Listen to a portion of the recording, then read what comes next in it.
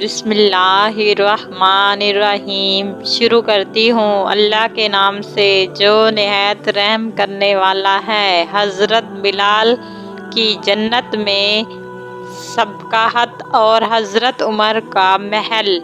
حضرت عبداللہ بن عباس رضی اللہ عنہ فرماتے ہیں کہ ایک مرتبہ رسول اللہ صلی اللہ علیہ وآلہ وسلم نے صبح کے وقت حضرت بلال کو بلایا اور فرمایا، اے بلال، تم مجھ سے جنت میں کیسے سبقت کریں گے؟ میں جب بھی جنت میں داخل ہوا اپنے سامنے سے تمہارے چلنے کی آواز سنتا ہوں۔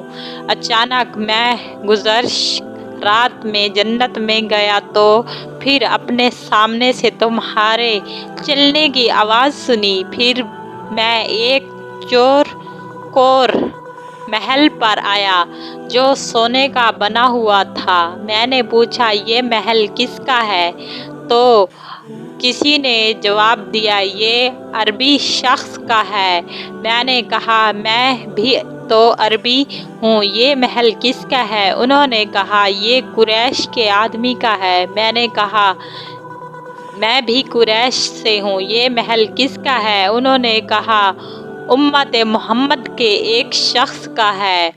تو اس نے کہا، محمد کی میں ہوں، یہ محل کس کا ہے؟ انہوں نے کہا، عمر بن خطاب کا ہے۔ تو حضرت بلال رضی اللہ عنہ نے عرض کیا، یا رسول اللہ، میں نے جب بھی اذان دی ہے 2 رکعت ادا کیے ہیں، اور جب بھی وضو ٹوٹا ہے اسی وقت وضو کیا ہے، اور میں نے تنعہد کر لیا ہے کہ اللہ تعالیٰ کے نام کی 2 رکعت میرے ذمہ ہیں۔ تو حضور صلی اللہ علیہ وآلہ وسلم نے ارشاد فرمایا، یہ یاد رکھو، ان رکعات کی وجہ سے ہے۔